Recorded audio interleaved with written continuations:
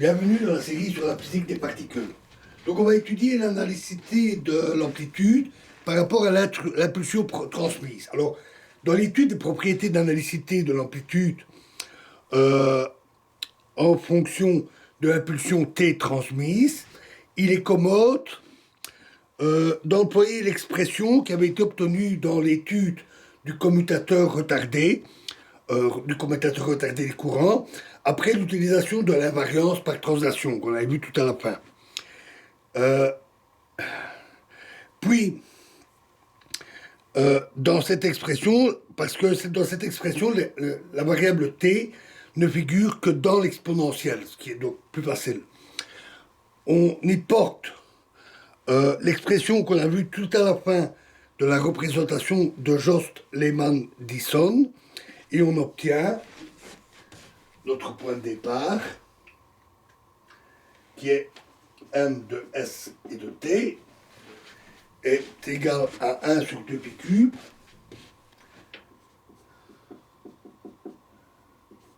fois l'intégrale de du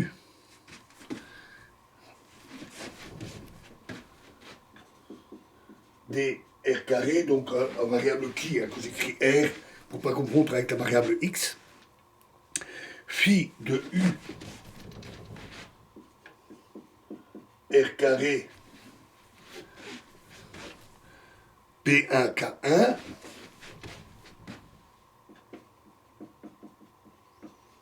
divisé par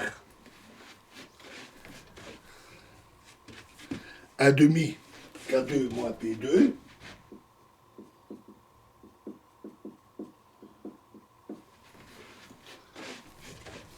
plus U au carré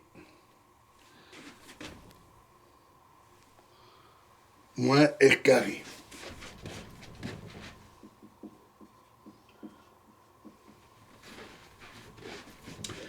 Où phi est la fonction qui dépend des produits scalaires invariants des vecteurs U, P1 et K1.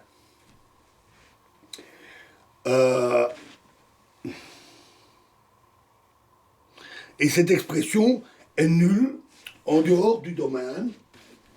0 inférieur ou égal à U inférieur ou égal à 1 demi racine de S moins 1 demi racine de S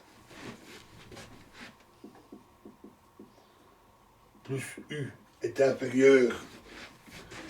à U0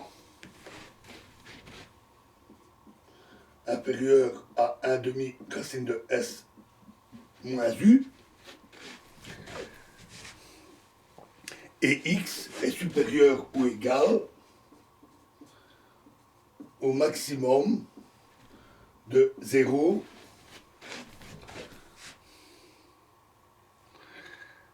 M1 moins racine de 1 demi racine de S plus U0, 1 demi racine de S plus U0 au carré moins U carré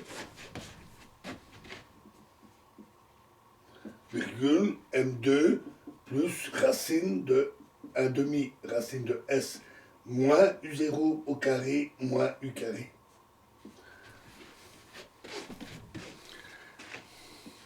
Alors, on passe au système du centre de masse, et phi devient alors une fonction de U0, le vecteur U au carré, et du produit scalaire UK.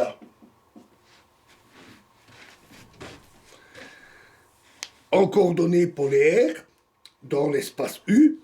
l'amplitude précédente s'écrit alors sans tenir compte du facteur de normalisation, f de s cos θ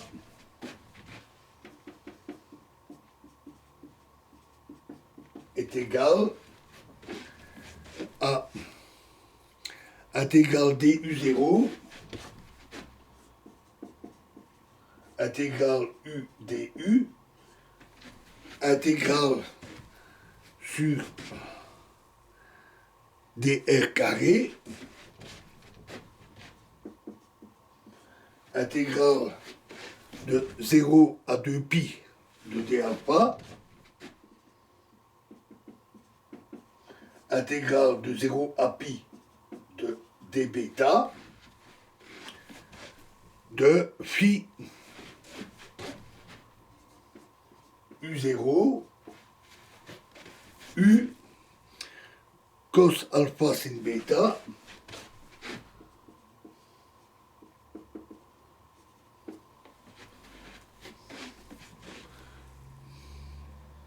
virgule r carré s divisé par y de s fois cosinus θ moins alpha. Une transformation virtuelle comme on en a déjà vu. Avec ici y de s égale k carré plus u carré plus r carré moins u0 plus m carré moins mu carré fois 2 racines de s exposant moins 1, le tout au carré, divisé par 2ku sinus bêta.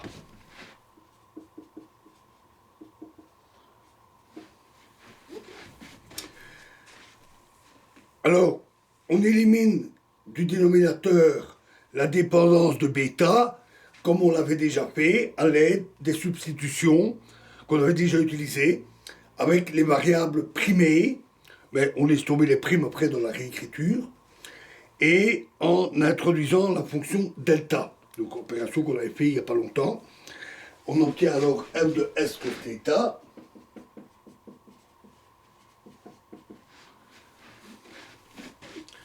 égale intégrale de x0 à l'infini, x0s à l'infini de dx fois l'intégrale de 0 à pi de d bêta, de d alpha, pardon, fois phi bar de x cos alpha s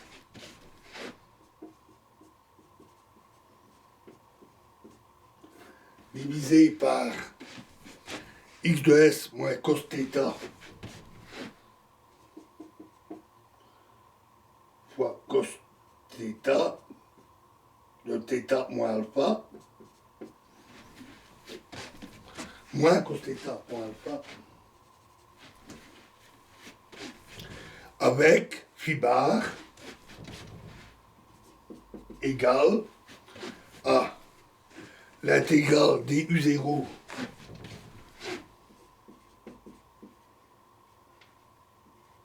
intégrale du intégrale dr carré intégrale de 0, là c'est intégrale jusqu'au 2pi, intégrale 0 à pi de d bêta delta x moins k carré plus u carré plus r carré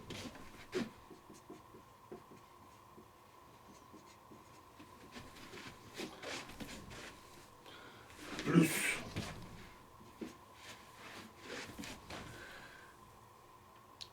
u0 plus m carré moins mu carré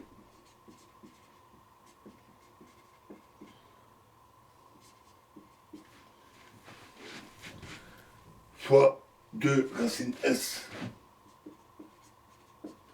exposant moins 1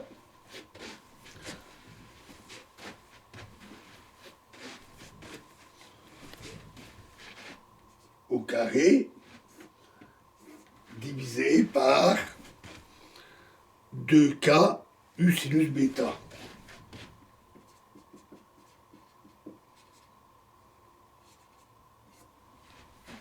Et k carré est égal à s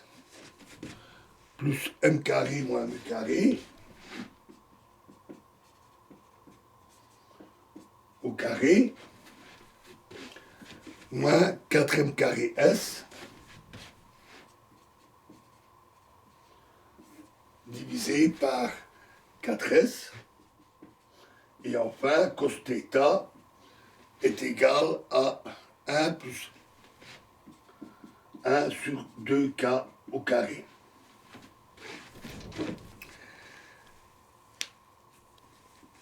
Alors, on est presque au bout des développements qui nous permettent d'étudier l'analycité. Il est clair que l'analycité va se résoudre à l'étude de cette intégrale et surtout à son dénominateur, x de s moins cos θ plus alpha,